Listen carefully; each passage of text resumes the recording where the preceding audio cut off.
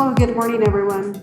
My name is Marcia Greyeyes, and I work for Change Labs. I run the co-working space in Tuba City, and we have several programs in Change Labs that are geared towards helping Native American entrepreneurs that are starting businesses or running businesses. So we provide tools and workspace, share our knowledge and resources with Native business owners.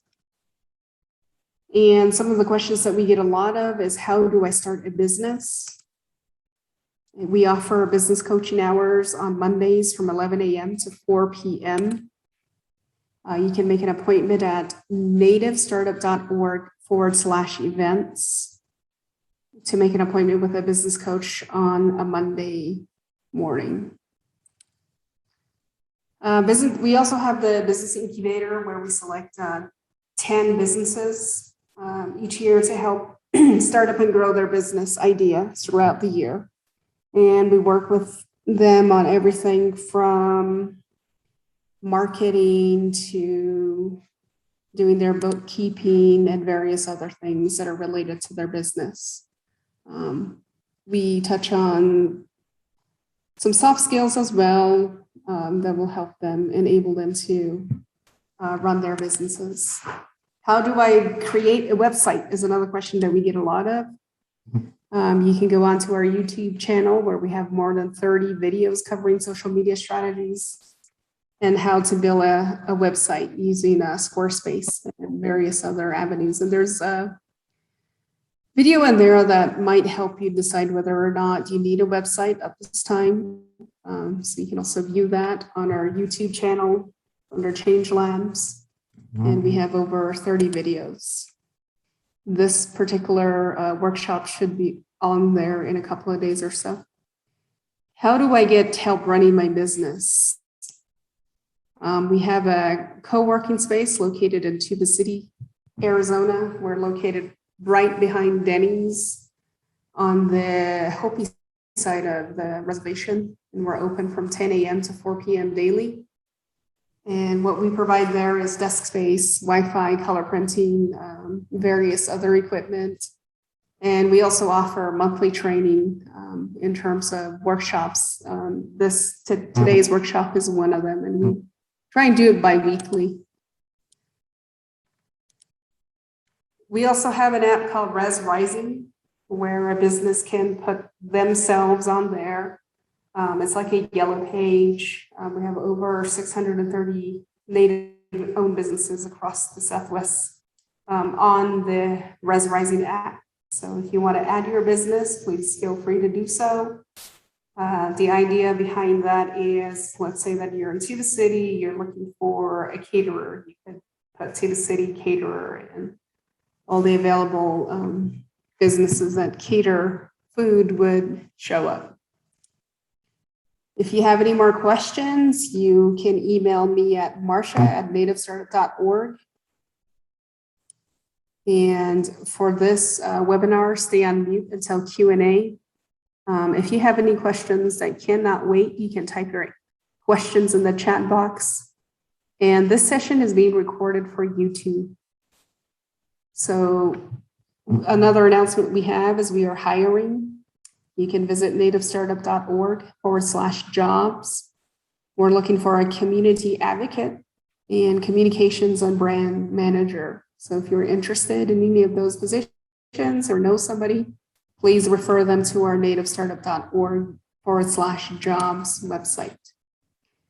So today we have our Joe Elliott Nez. He is the founder and president of Nez Technology. He's also a business coach for Change Labs. And this is part one of our digital literacy series that Joe will be hosting.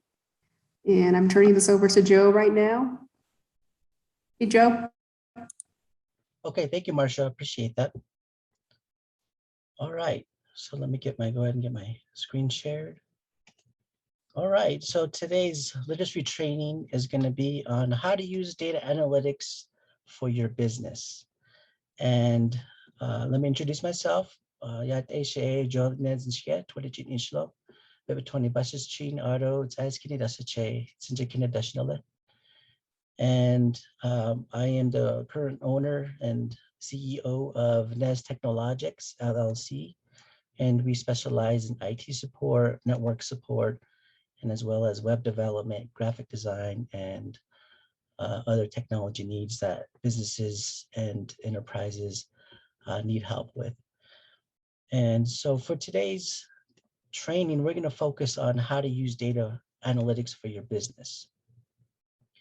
And, you know, with the broad or with the expanse topic of data analytics, it could be very in-depth. There could be so many things involved to what data analytics actually is.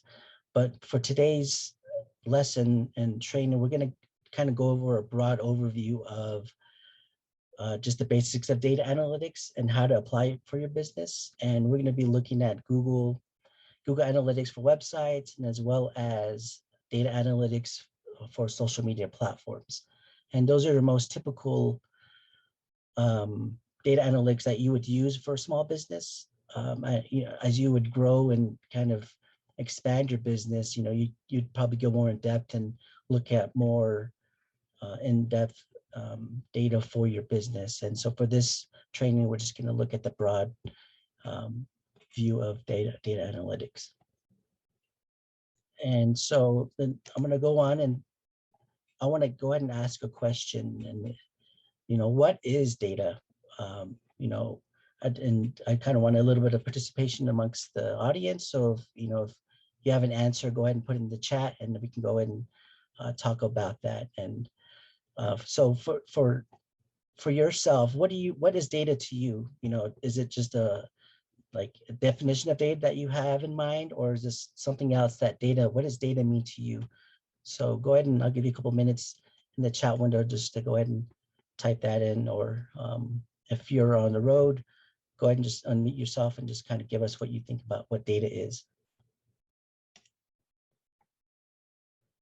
All right, Deborah, she put in numerical values to describe demographics, and that is definitely correct. That is one of many things that data is. It is, you know, to describe a particular demographic from, you know, certain individuals, from looking at culture, looking at gender, and even looking at location as well. And Joe Baya had put in cookies, traffic, search info, search history. That's exactly what data is as well. You know, cookies, if some people don't really know the meaning of cookies in terms of data, you know, that's where a lot of this data is actually stored for during when you visit a website.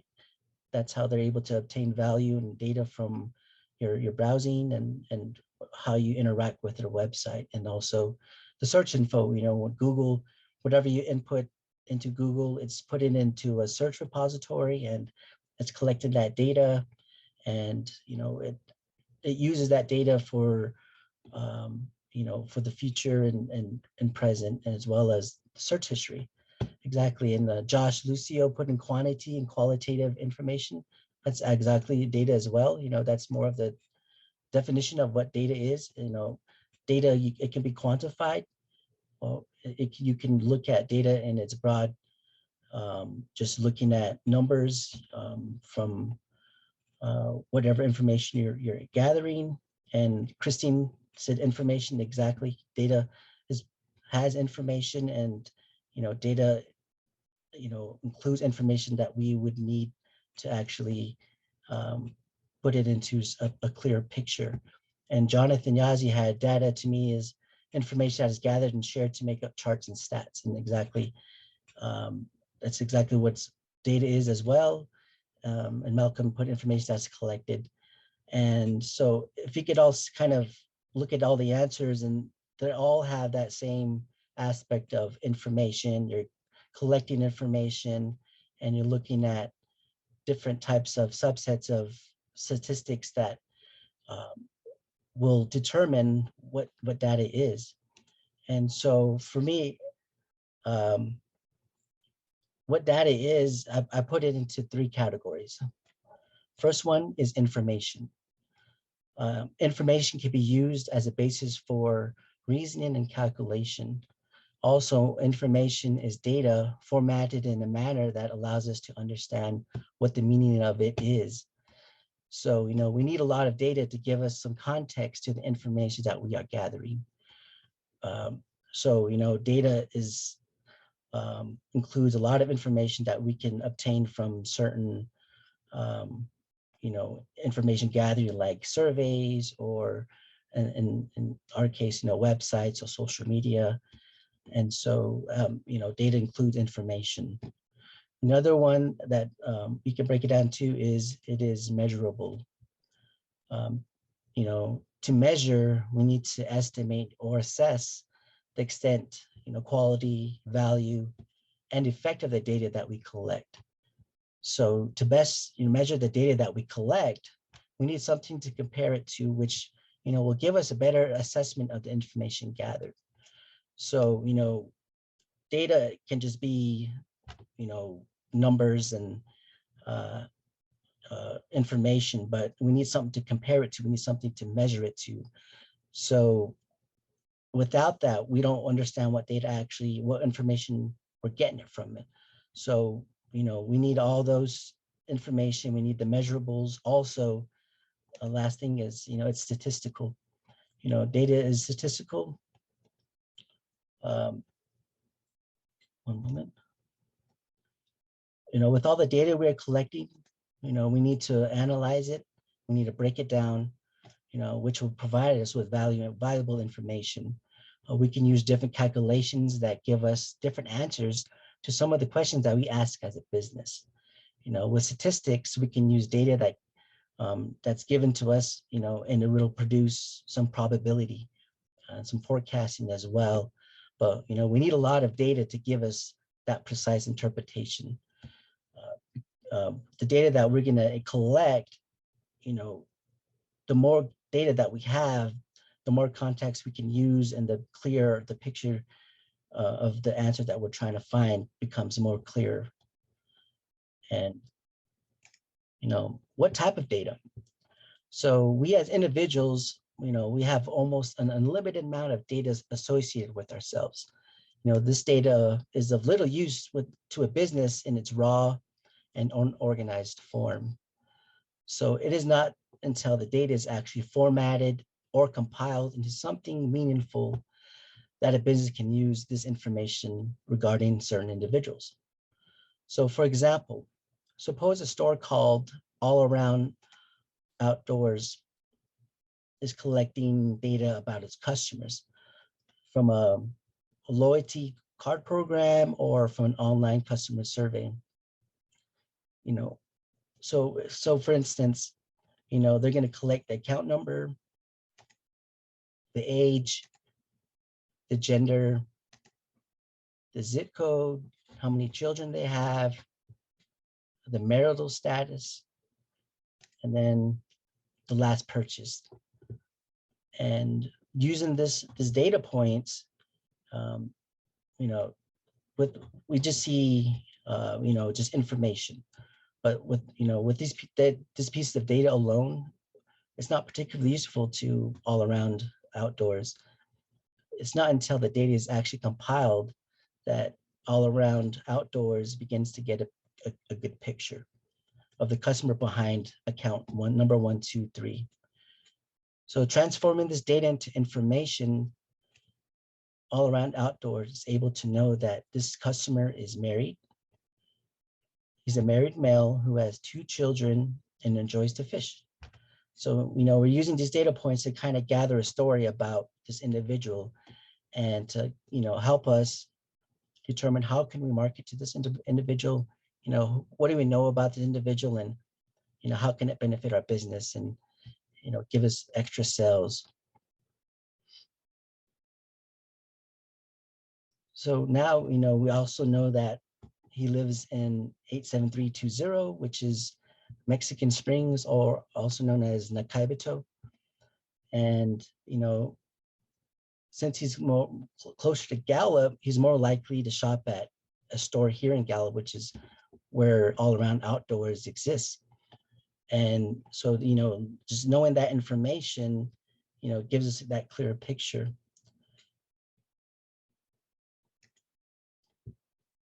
And if AAO or if All Around wants to market to them, they would need to use this information to include, him in an upcoming outdoor goods promotion. Also, since he has children, they can also include him in promotions that include children's outdoor gear. The key to collecting data and turning it into useful information for AAO is that it's a continual process. You need to keep doing this. You need to keep collecting data so that way your information that you're gathering becomes more clear and clearer for each individual customer.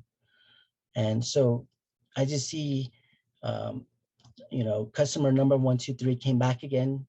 So the first time he came back, he bought fishing pants. And the next time he came around, about a month later, he purchased 3 items.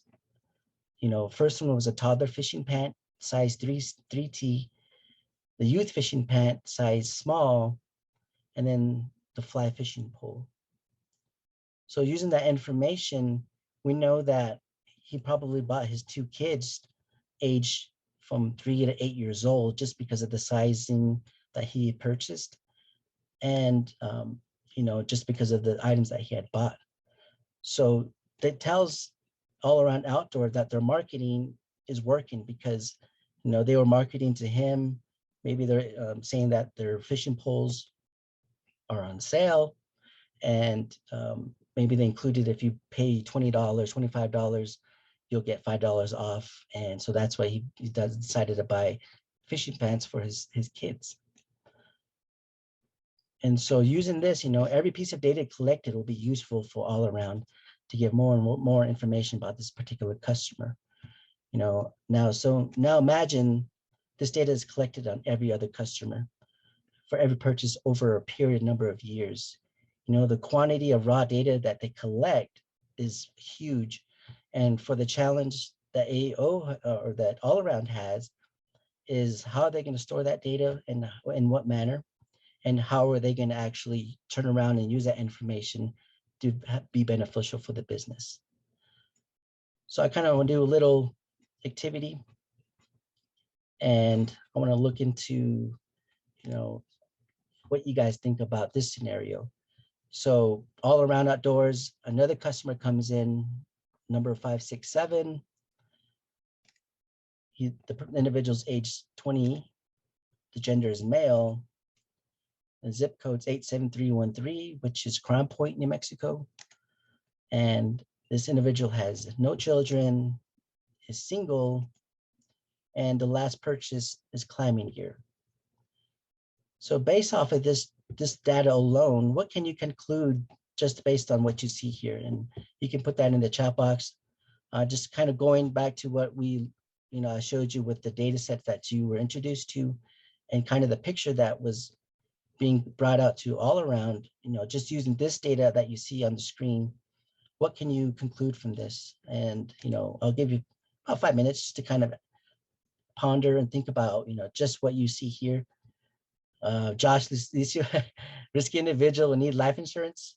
Oh yeah, like if, companies will tend to sell to third parties this type of data, and what if they said, hey, insurance companies, this person's risky, he's looking at the climbing gear, especially he's not married, no children, and he's in his early 20s. So yeah, you can conclude, maybe this guy's risky. He lives for the high life of being daring and adventurous. Anybody else want to kind of weigh in on that? And Jonathan, he's active and has time to spend to himself and enjoy the outdoors. Of course, exactly what All Around, that's their demographic, that's their ideal customer that they're trying to find is, male individuals, either married or single, but they do have their ideal. And for this one, they want to penetrate the active lifestyle. Anybody else want to weigh in? Deborah indicated, outdoors person who shops at outdoor supply store, and that's great. You guys are kind of getting to the point where, you know, just the data that you see can bring meaning if you put all of it together.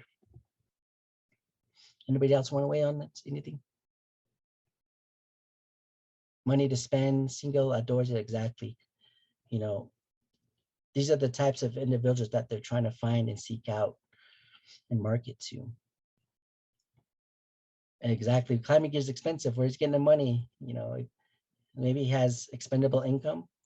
He can, you know, he has the free time during the weekends to do that. And maybe he loves going to Colorado, climbing the Rockies. So, you know, maybe he does have expendable income. Physical outdoors, exactly. So now using this data, now we get another purchase from him. And this is a month later. And now, a month later, he just bought one item, the blue kayak. You know, and then the next item he bought a month later was a mountain bike. You know, so now he has 3 purchases: climbing gear, blue kayak, and a mountain bike. And all the things that you guys are indicating, you know, he's outdoors, he's, you know, looking, he's adventurous, he's exactly like a man with passion for outdoors. You know, so he's very active, athletic, and you know, is he paying cash for this? He could possibly, maybe that's where all around outdoors can actually indicate, all right, was this a cash transaction, a credit card transaction?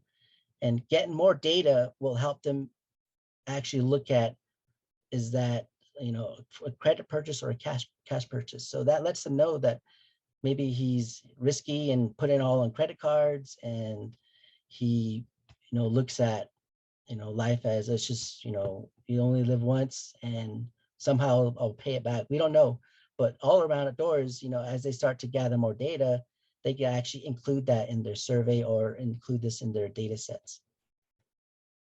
And the Yeti ice chest. Oh yeah, you know, the Yeti ice chest, you know, he's definitely has money coming with from somewhere. And so now, exactly, data showing he's a frequent customer. He's every month he's coming into the store. So using this data set, you know he's frequently coming. So you want him to keep returning. So now you're gonna go ahead and, so now in the marketing sense, go ahead and give me some ideas of how will you market to him. So in the last kind of slide, you know, they marketed towards the father and the children. So in this case, how would you market to this individual, number 567? You know, oh yeah, you know, maybe you want to start giving them credit card offers through the store.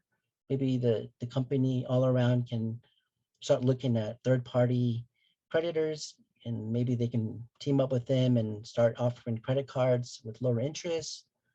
You know, yeah, maybe market in terms of if they want to, you know, have a billboard, you know, have pictures of an active male kayaking, you know, use this data as maybe this is our customers. These are the individuals that we want to target. And Joe Biden said at every point of sale transaction, you know, receipt offers, cashiers get a prompt to offer them a credit card. That's one way as well. And sending them discounts and sales information. Exactly, you just want to keep him returning and keep retaining his buying habits, and you know, exact rewards programs are always welcome, you know.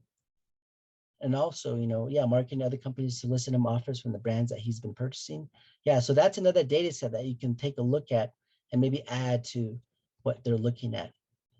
And you know, a lot of companies do sell information to other third parties, and they don't include your name, but they will include your buying habits, what you've bought, you know, what your interests are, but they won't include your name because that's not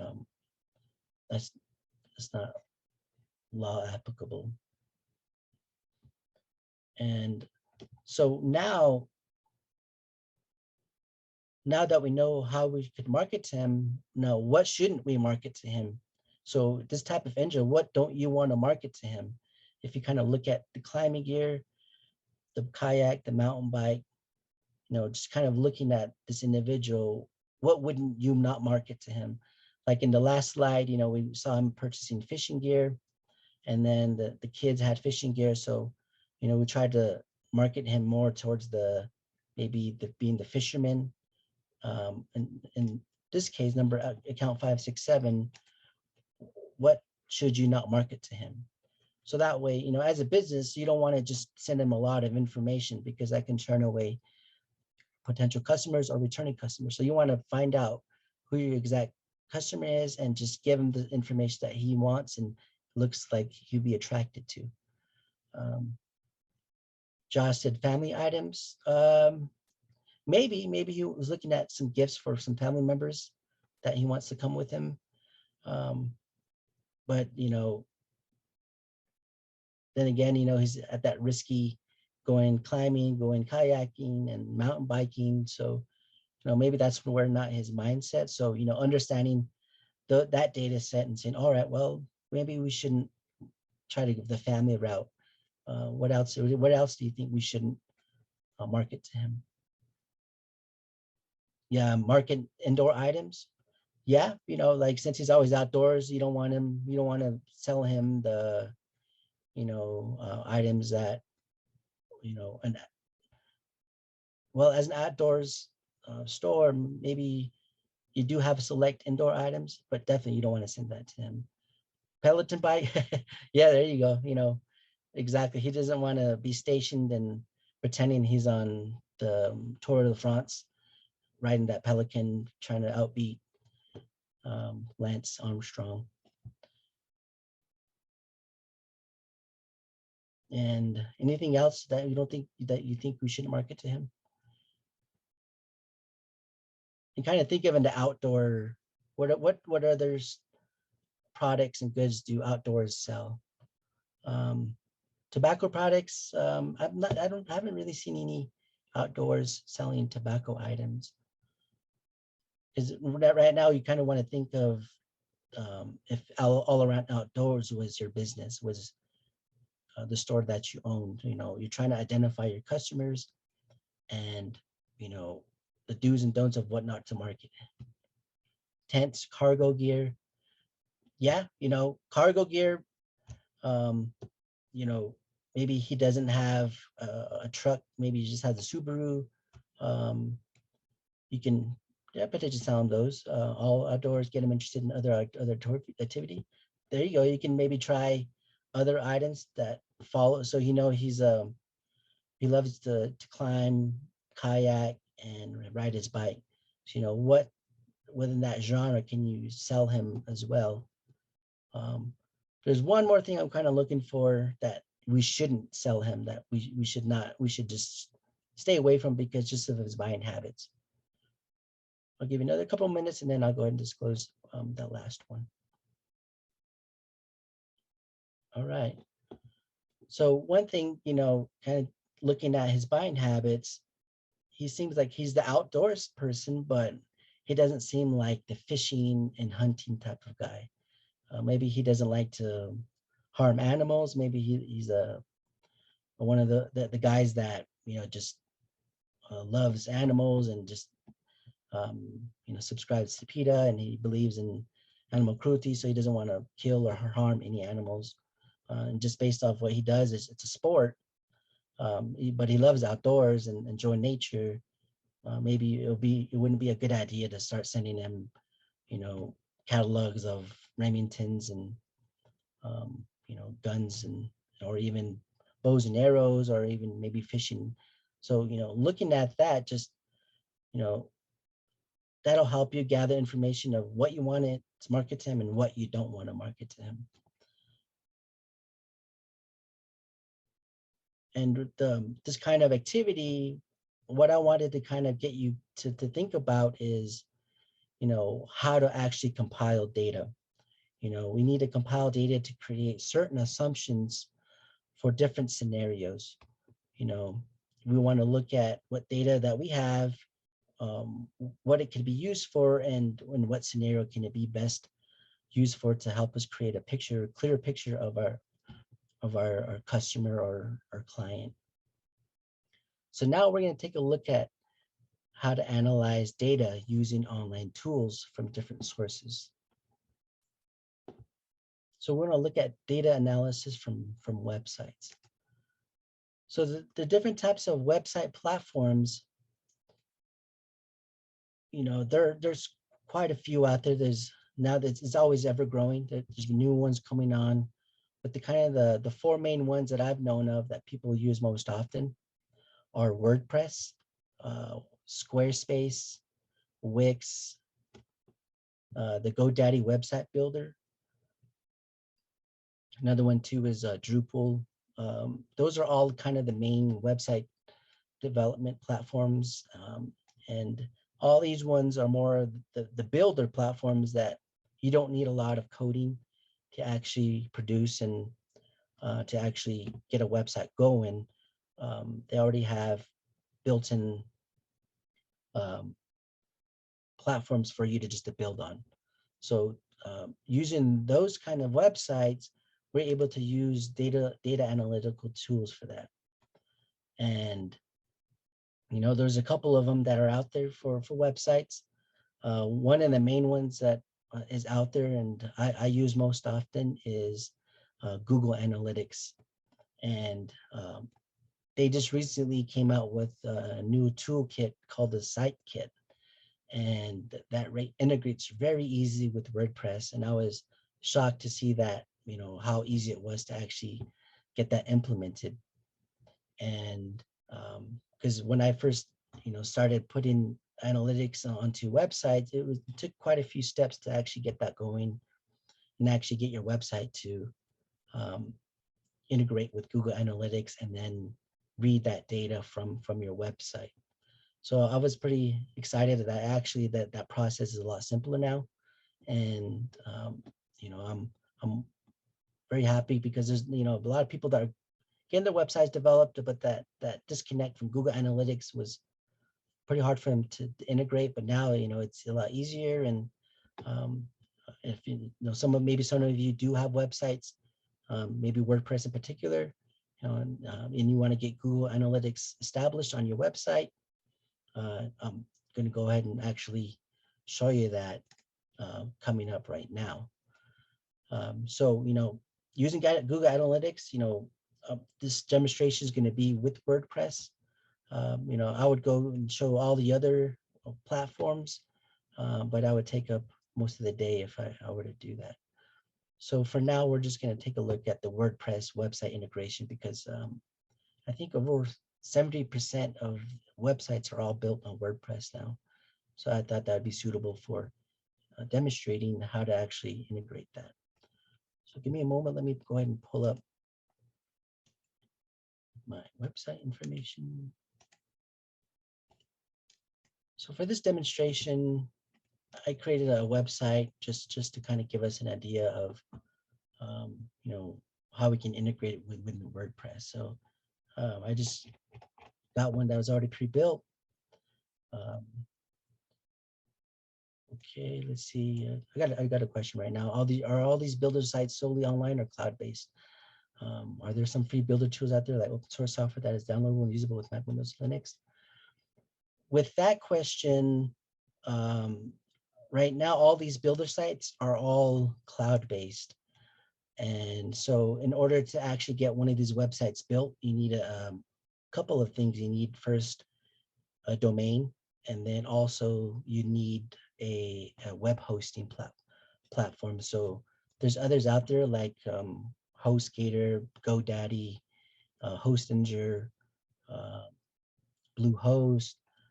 Those are all hosting platforms that house the actual web server that that your website's installed on. Are there some free builder tools out there? There are free builder tools, but then again, you need a server to actually for your website to be installed on. So you're still going to have to pay somewhat out of pocket to get your website online. And, um, just because of, the complexity of a website hosting on the premise, like if you were to have your own website installed on a server at home, the complexity of that just, it's not as efficient. You're going to be constantly updating and, um, you know, just, just the efficiency of having that at home against if you would have it on a hosting platform. The hosting platform eventually will pay itself off because you don't have to worry about constantly updating your server. And then even at that, a server could have an operating system that you still need to pay a license for. Um, so, just looking at those costs, I think just going with the hosting platform kind of outweighs just having it on premise. And, and especially it being a little bit simpler nowadays to get one of these website builders up and going on that hosting platform. All right, so I'm going to continue on with the analytics. So with the data analytics, this one is on WordPress. And right now, I do have the plugin installed, but let me go ahead and get that taken off, and then I'll show you how to add it to your dashboard. So when you first log into your WordPress admin panel, what you need to do is actually install a plugin. And you want to go to add new on the plugins. And then you want to go to right here in the search plugins, you want to look for Site Space Kit. And then once you do that, you'll see right here, and it's the Site Kit by Google. And this is a great plugin because it actually, you don't have to really log into your Google Analytics page within Google to actually see all your data. It's actually built into the dashboard. And, this recently had just been coming up. I think it's about 6 months it's been up, and I'm really excited that they actually have that. And, it kind of skips a step of logging into your Google account and accessing all your information through that portal. So now once you go ahead and install now, you want to go ahead and activate. And now once you're activated, now we want to go ahead and set it up. So right here, this is start setup. And now in order to get this going, we need to do 3 things. We need to verify your site ownership. And then we need to allow the data analytics training to access the Google data. And then the last thing is to set up the Search Console. So now we're going to go ahead and sign in with Google. And personally, I think it's best to already have a Google account set up for your website, or for if you do have one for your business, have that on hand so that way you can sign in with your Google account. It just makes things a lot easier. So I created another account for this purpose, so data analysis account. And I want to go ahead and allow it to do already by default. These are selected, so I'm going to go ahead and keep these on, and then I'm going to go ahead and let them manage and view my Search Console data, and then also manage the list of sites and domains you control. And after you do that, you go ahead and read through this. Are you sure you want to go ahead and trust Site Kit? Of course you want to do it. And go ahead and hit continue. I see a question, is it a Google business account or a regular Google Gmail or email account? This one is a regular Google email account. You don't need Google Workspace to actually utilize Google Analytics. It's a free application. So, if you do have a regular Google email that's not attached to Google Workspace, this will work. So that's a good thing about this kit is you don't need a Google Workspace to actually access that. And now, once we get to this point, you want to go ahead and proceed, and you want to verify that we own this website. So we're going to go ahead and hit proceed.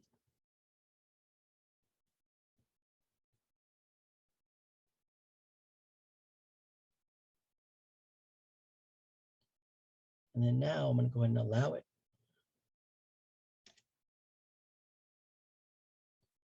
And now once we allowed it, and then the third step is I'm going to add the analytics training to Search Console. So I'm going to go ahead and add to site. Now it's successfully set up. And that was the great thing about this is it's very easy to integrate now, especially if you already have your Google website established or Google account established.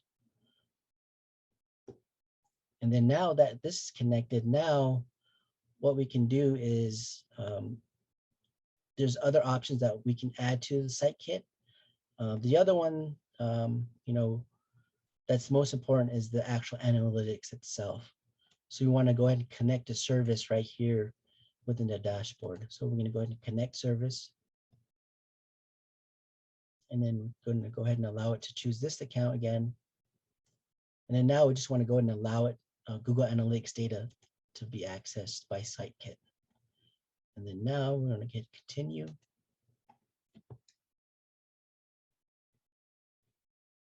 Now we're connecting the service. So now we've pre-filled the information for your new account, confirm or edit any details. So the account is right here. This is the name of the account that you want to create. So this is the website. So this is the data analytics training website. And this is just for labeling purposes. So, if you have multiple websites that that you want to attract, you can name that website in according to the website. And now the property that we want is the domain. So in our case, our domain is data.nestechnologics.com, which is our website here. And so that's what we want it to connect to. So if you do have a website that you want to utilize, you want to utilize your domain for that and make sure it's attached to that domain so that you're accessing the right website. And then we want to view all website data. And then we want to go ahead and look at the time. It's correct. And then now we're going to go ahead and create an account. And then one more time, it'll connect with our Google account. And then now we want to go ahead and allow Google Analytics with the default property and then enable the edit function. And then that's the last one, I believe.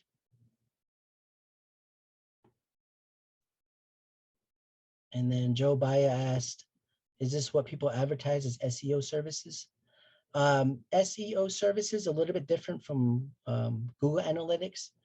SEO is it means search engine optimization. And so when you actually build out your website, there's certain properties within your website that gives you that searchability, if you can think of it as. So if you go to Google and you type in a keyword, that's the searchability for different websites that you would look for. So, SEO, you want to make your website as compliant as it can to that particular key phrase. So for instance, for data, like for our website here, if we're a data analytics company and we want people to know us as data analytics, we want to find as much information in terms of or data or keywords that are associated with data analytics. And then you want to have as much information about data analytics on your website. So the more information that you have about that, your searchability becomes more fluid, and you kind of make your ranks to the top of the search engine, so to speak, for that particular keyword. So SEO is a little bit different from this one, but you can use Google Analytics to look at some of your SEO as well. And I can show you that as well. So we want to go ahead and allow this one, the analytics terms of services. That's fine. We want to go ahead and keep all these. And then we're going to go ahead and accept it. Oh, this one too. Now our analytics account has been successfully created. So now exactly what we wanted to see.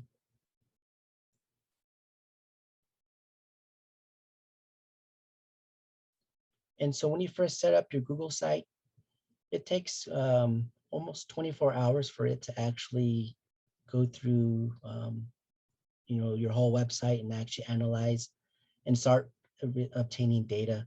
So if you have a website already, and you just install the site kit onto your website, you're not going to see any past viewership or any past data that people that have been the traffic that has been already come and gone. So now going forward, once you download the site kit, it'll start to collect all that data and going forward. So just keep that in mind. So now once we got this set up, we can actually look at our data analytics within our dashboard of our website, which is WordPress. And that's a great thing about the site kit. It gives you that ability to look at this without actually going into the Google account.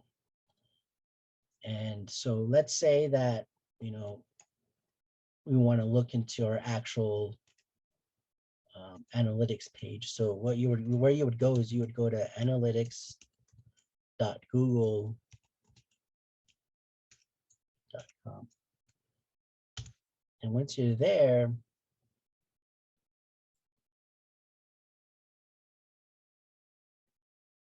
you can look at all these. You can either, if you want to read all these and, check all the ones that you don't want, check all the ones that you do want, you can go through that. But in our case, we'll just go ahead and keep everything the same just for time's sake.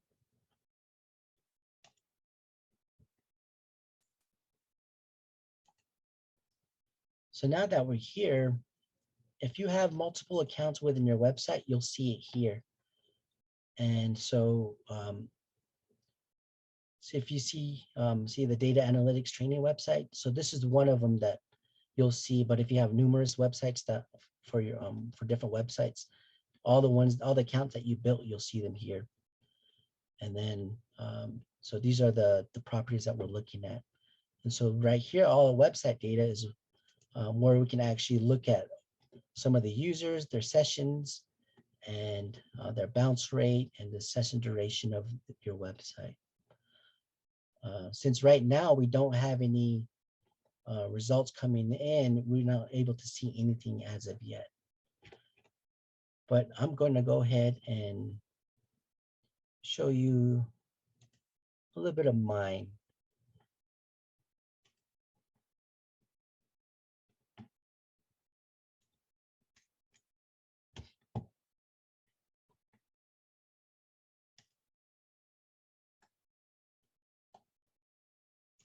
So right now, this is my actual website data, and I don't mind sharing it because I have nothing really. There's nothing in terms of confidentiality, and I just kind of want to give you guys a good idea of what what types of data it collects and how to kind of look at it and reinterpret it. So when you go to your home, you're actually going to see some different items, and this is called your dashboard. So you're going to see some graphs and some bars. And so, just kind of gives us a glance. So we know that in right here, the last 7 days, this is what I got. So 5 users had visited my website in 5 days, and they had 5 sessions within my website that they went through. So sessions are more like clicks for each page that you're looking at. And then the bounce rate are, how long have they been staying on that particular website. And then the duration is for each page that they visited, like how much minutes was their actual average that they were on the website. And so we can look at 7 days or actually, customize for either, 28, 90, or even a year. And that's just for this dashboard. But if you want to look more into depth of what's going on, if you want to look at some of your real-time reports, so real-time is right now. So, if you want to know how many people are actually on your site right now visiting, you'll see this number right here, and it's pretty constant. So if one of you guys were to go to my website, nesttechnologics.com, And if I would refresh it, you'll see that one user pop up and it would tell us their location, and that'll tell us right there. So I don't know if one of you want to try it out and we can see right now in real time what it looks like. Just let me know and I can refresh it.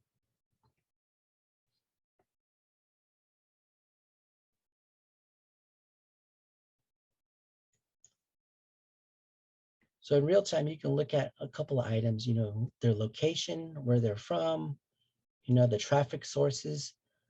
Traffic sources is more like how did they come to your website? Was it direct?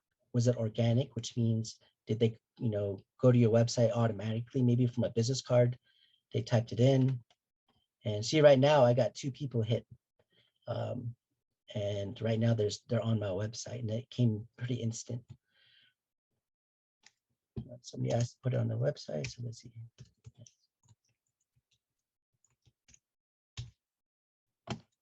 Okay, so right now it's organic, and so organic, is they went to they sought you out.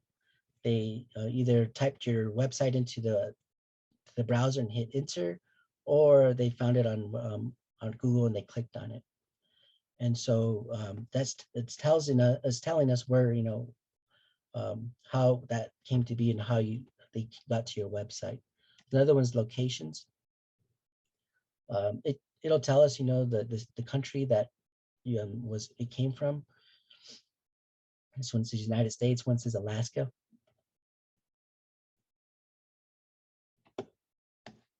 So that's a great thing about this tool is, you can in real time look at the traffic that's coming in.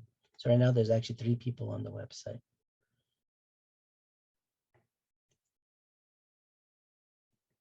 And right now, if we look at events, it can give us some indication of what device they're using. So for this instance, desktop, there's 3 people. So 2 are using a desktop and 1 is using a mobile device. And so right now that's now 50-50. So people are actually looking at it right now. And then, we actually can look at the conversions as well. And,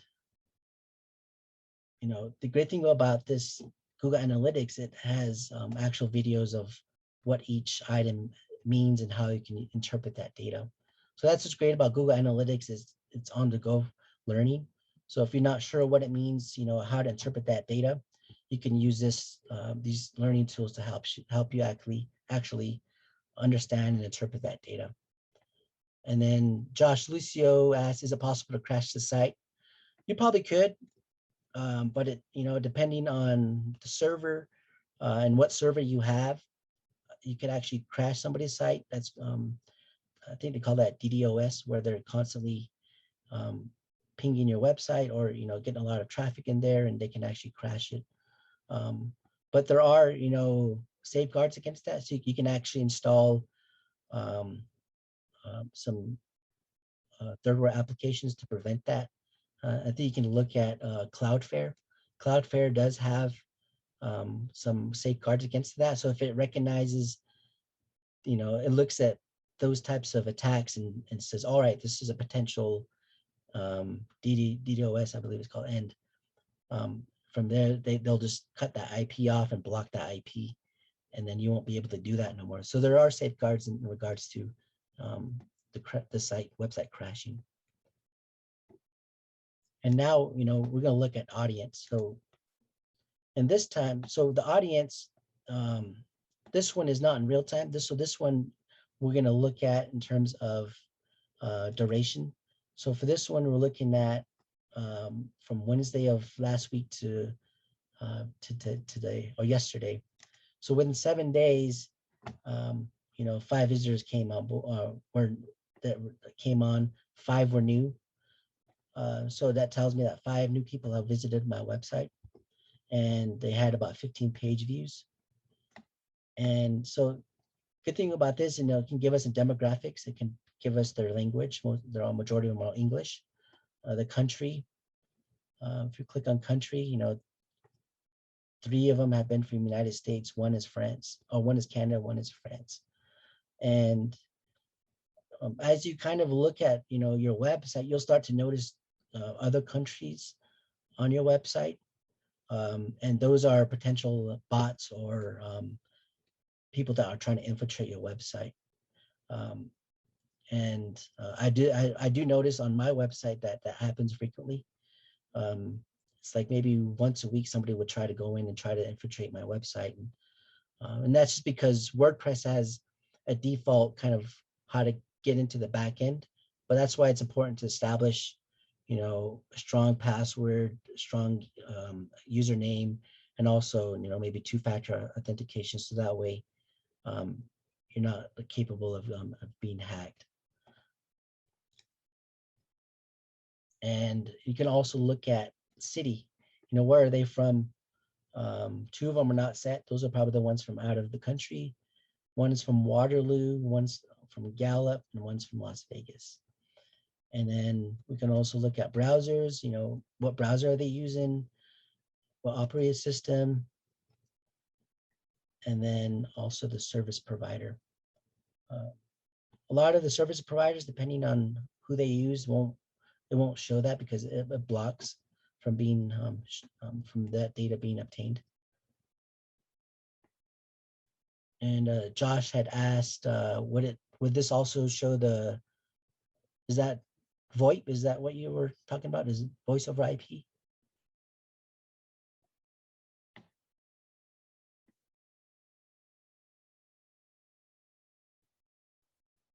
Okay. Yeah, so that virtual, I think you're indicating you're talking about virtual the voice over IP is VoIP, VoIP, because that one's more on the phone end. Where are you using a you're talking maybe VPN, virtual private network? Yeah, so the VPN it can block a lot of this information, just because the VPN kind of masks where your actual location is. So a VPN can block a lot of this data from being obtained. So, a lot of this data, you kind of have to understand that there could be some variables that, some outliers, you can call it, that will give you, some funny results. And so that's where you can start to look at, as you get more data from your website, how to interpret it and know those outliers and not include those into your data sets. Excuse me. And Joe Baez said, are these analytics all coming from the cookies or other information stored in your browser? They're all cookies. That's the only way, you can gather a lot of this data is from cookies. So, cookies have, a lot of your browsing history is all within the website.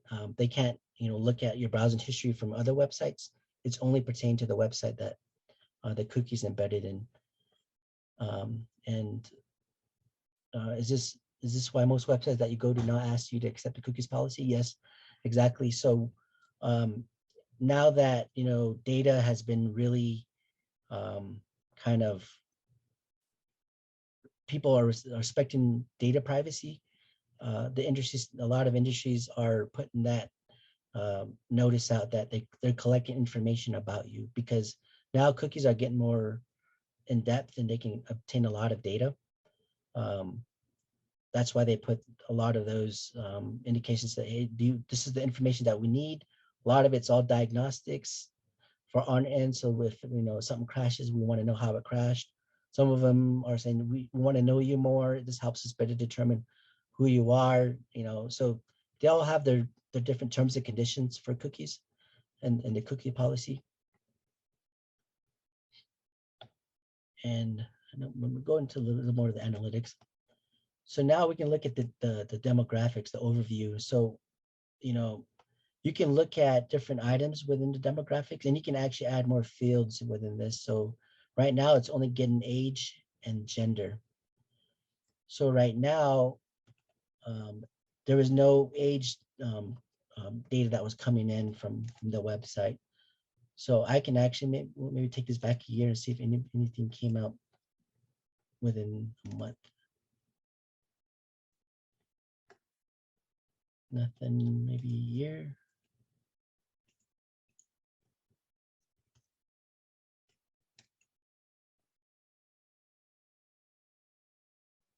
Yeah, so very rarely you'll get some of the age because not that data is hard to get because again you're getting a lot of this from the cookies, so that age won't appear.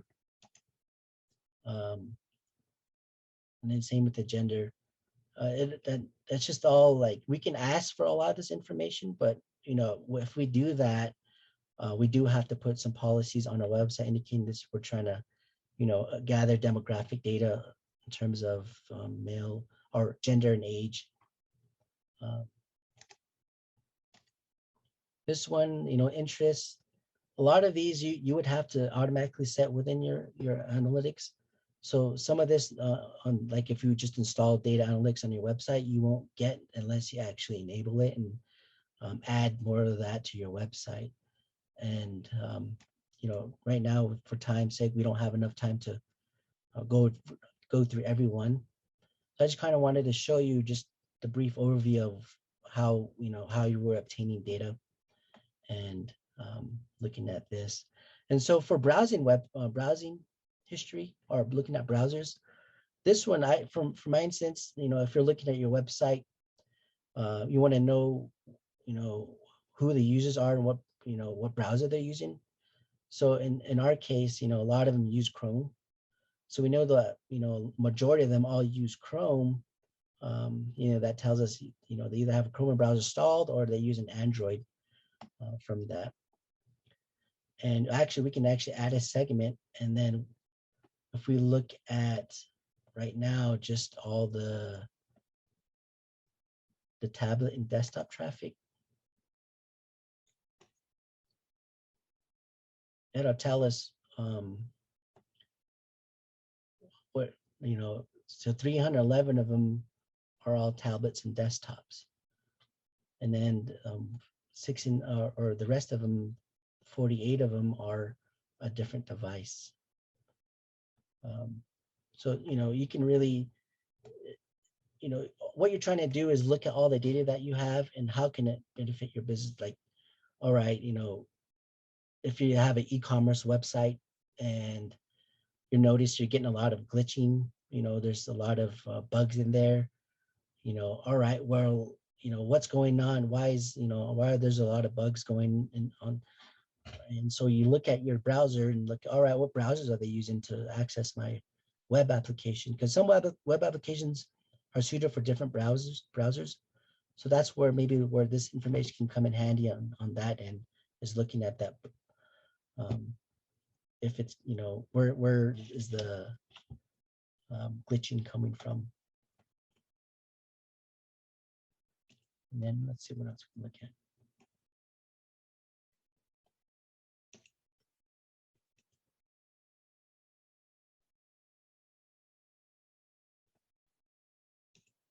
And this one.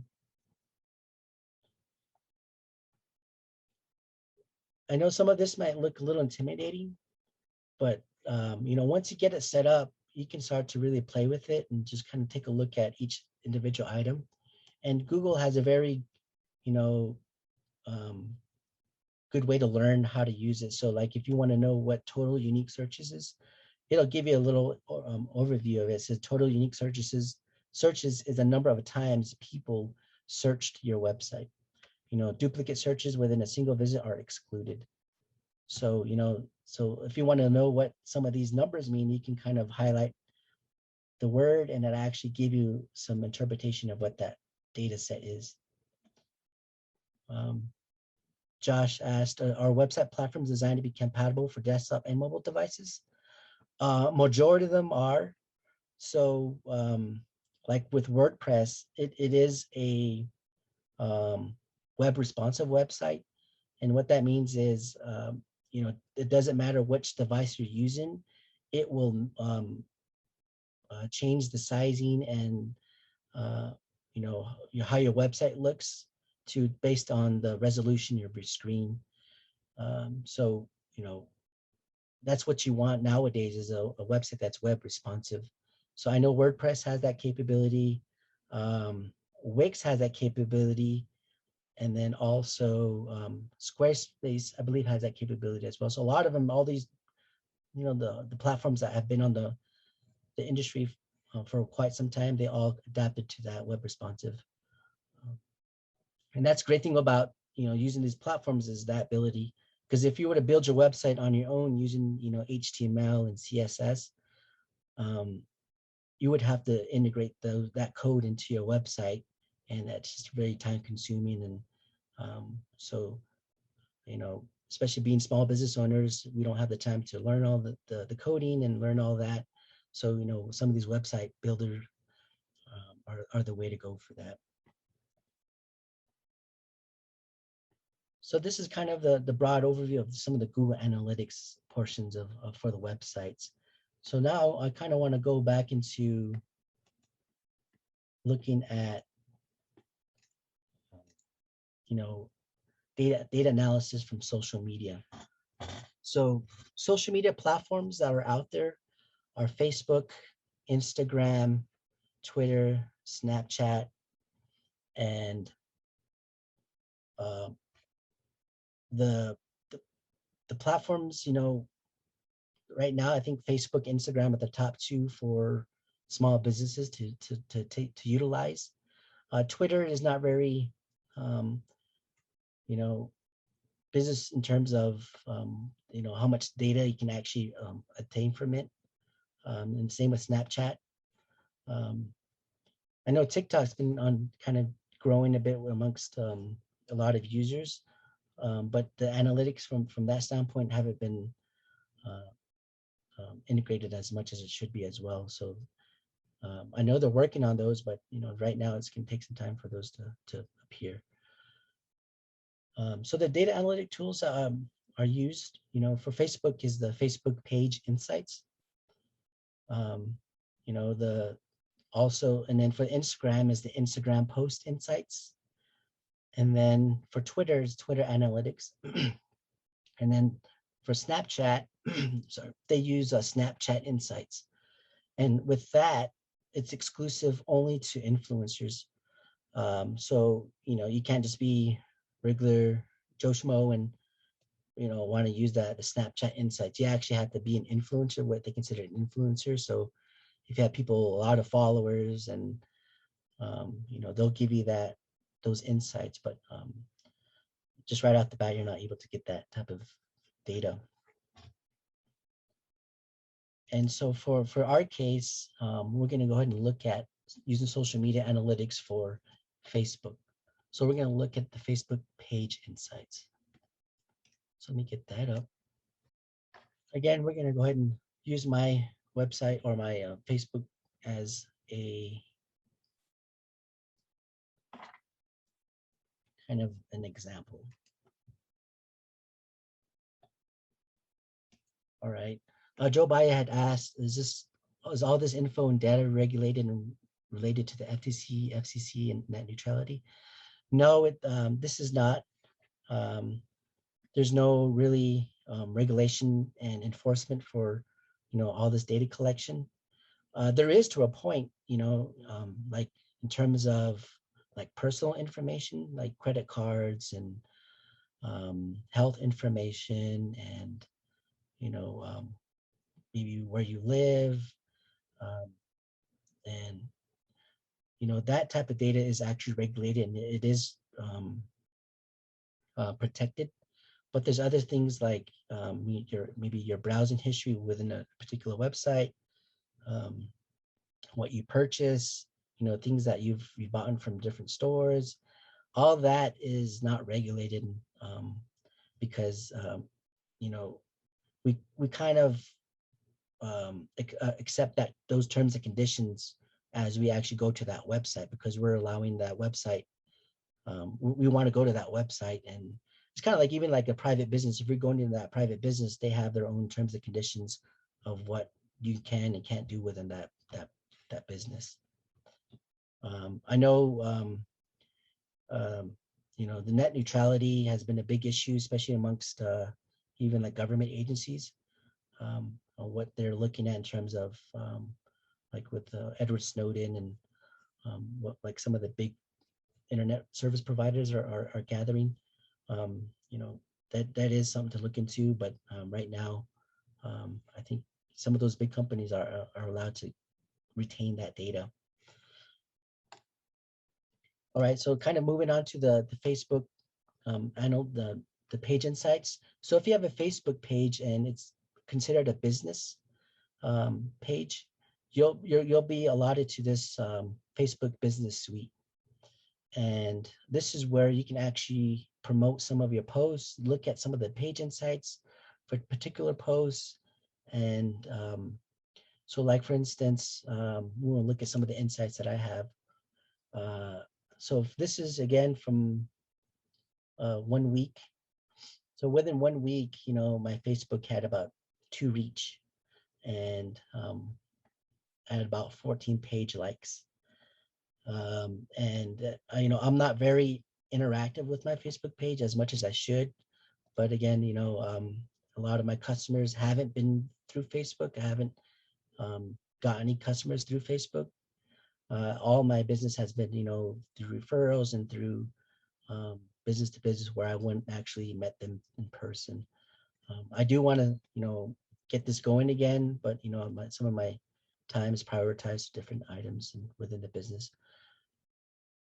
So so depending on how interactive you are with your website, these different results and some of these data points will actually rise and get high, and you can actually do something with this. And so for instance, let me go back to some of my results for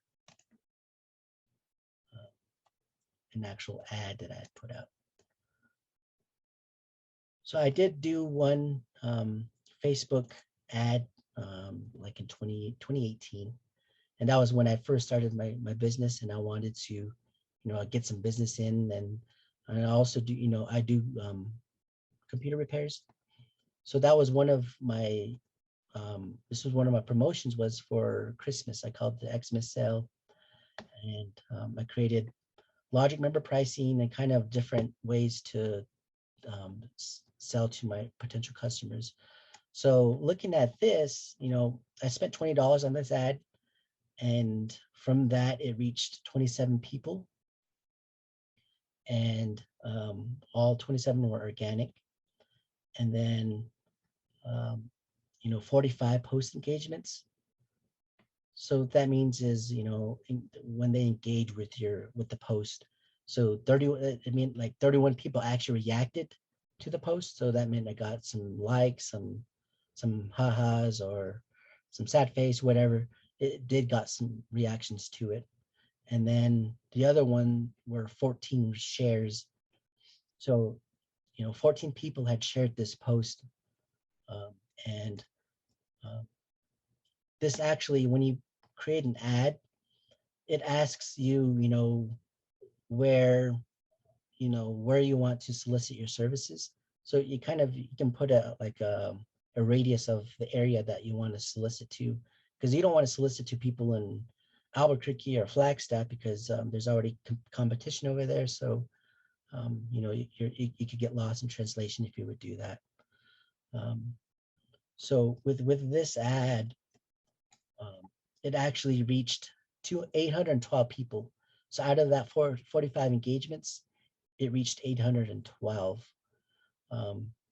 And so I believe out of this, I only got 5 responses. So 5 people actually contacted me and asked about my services and how much it costs for different services. So, that 5, 812 people reached, 5 only actually truly came to me and asked me about my services. And out of that 5, I didn't get any sales from that. So my conversion rate was 0. But maybe what if I got out of that 5, one conversion? So looking at those numbers, that's where you kind of start to look at your conversion rate, and that'll help you kind of dictate how you can actually interact with different posts and get the most out of that. So this is one of the kind of the interactions that you would get within your Facebook post that you would post to your Facebook business. And then now I kind of want to go into Instagram. So now another one that we could use is with Instagram Post Insights. So for this one, I didn't have an Instagram for my business. So for our training, I decided to go ahead and create one. And so I created this post and, I created a business account. So if you go here and you go to your settings, this is where you'll be able to look at, if you want to change so if you have already created an Instagram for your business, this is where you would create it's called a professional account. So you would go to your professional account and then you would switch to professional account, and then it would ask you, what type of business is this? How do you want to promote your business? And so I kind of put all my information in there that's related to my business. And so for this one, I thought it would be well to put on a Starlink post, and I put in Starlink in the Navajo Nation with better internet service. So I wanted to kind of test out Starlink around the Navajo Nation. So I purchased one of these bad boys, and actually, it's very promising from what I'm getting from this in remote areas. There was one area where I had other, I tried antenna boosters, signal boosters, different carriers, and there was no signal whatsoever. And when I tried this guy, boom, I already got like 100 megabits per second. And that was pretty awesome to see that, especially on that area.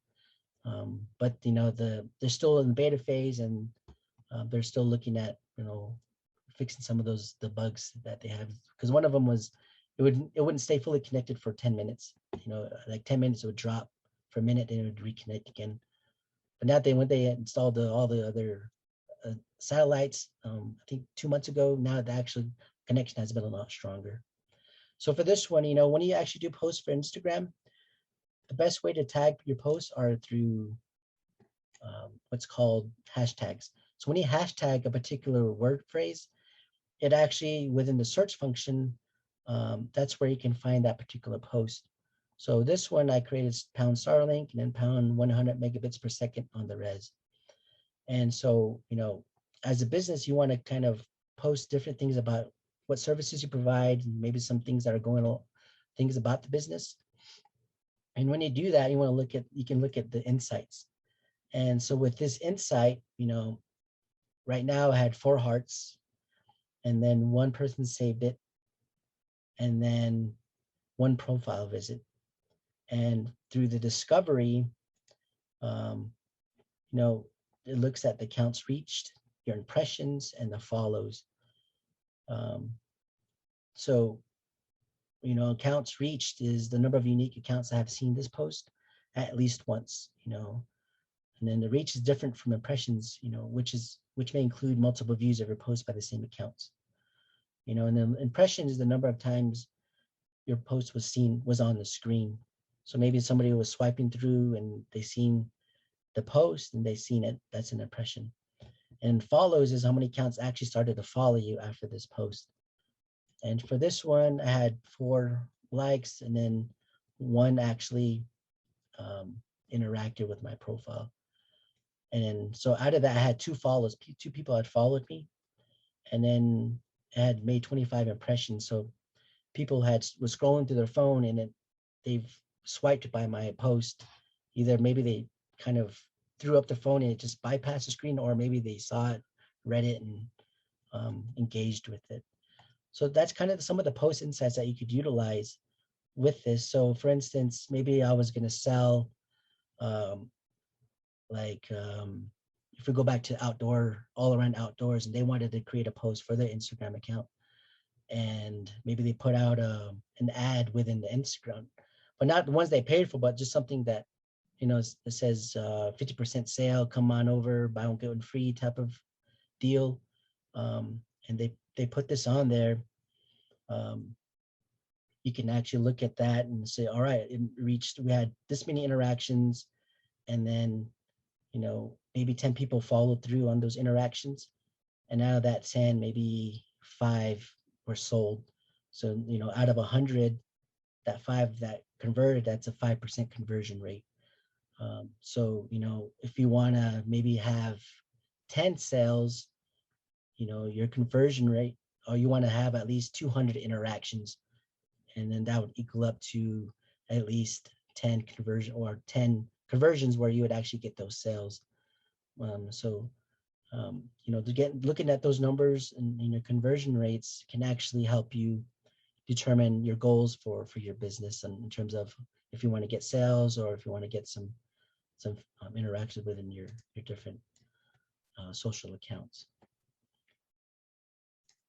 All right, so now those are basically, you know, the type of social media tools that you could utilize within social media, and also the website that you have that you can utilize with Google Analytics.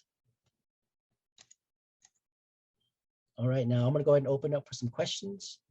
Are any questions? Anybody? You can either ask through the chat or unmute yourself.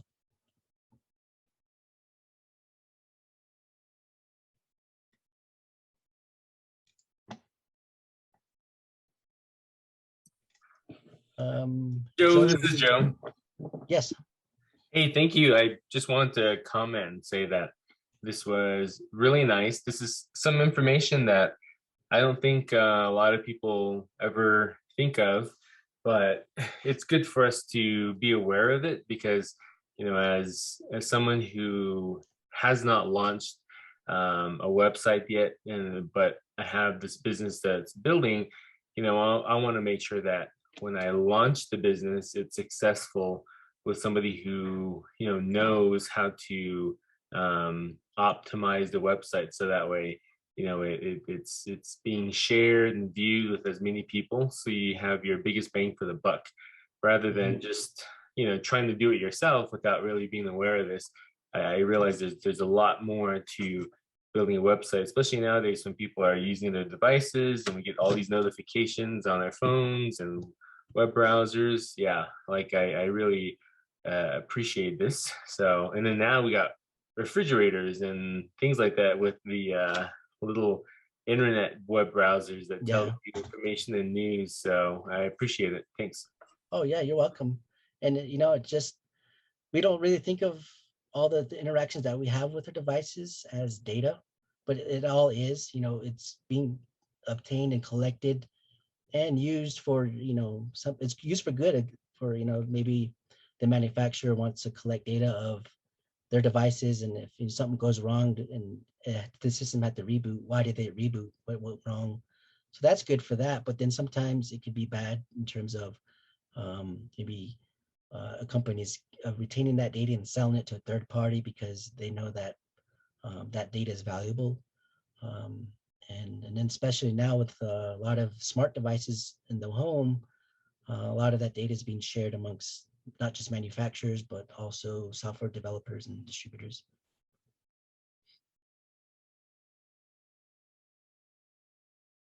All right, any other questions?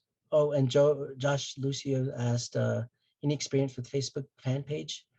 I haven't created a Facebook fan page, but I'm pretty certain it's almost, they use that same insights that they use for businesses, because it wouldn't make sense to me that they would create a whole new analytics just for a fan page when it's collecting same type of data. So I'm going to go ahead and say that Facebook fan page almost has that same insights as a regular business Facebook. Any other questions? Comments? Yeah, thank you, everybody. Appreciate you all coming out and taking the time to take a look at this digital literacy, and I look forward to doing the next one. And if you all want to attend that as well, that'll be great. And, it'll be just as informative and, hands-on too as well. So thank you, everybody. Thank you for coming, Akeha, and you can reach me at marsha@nativestartup.org if you have any questions. Also, again, we are hiring a community advocate and a business coach. So if you're interested in working with Change Labs, you can go to our website, nativestartup.org/career or jobs, I believe.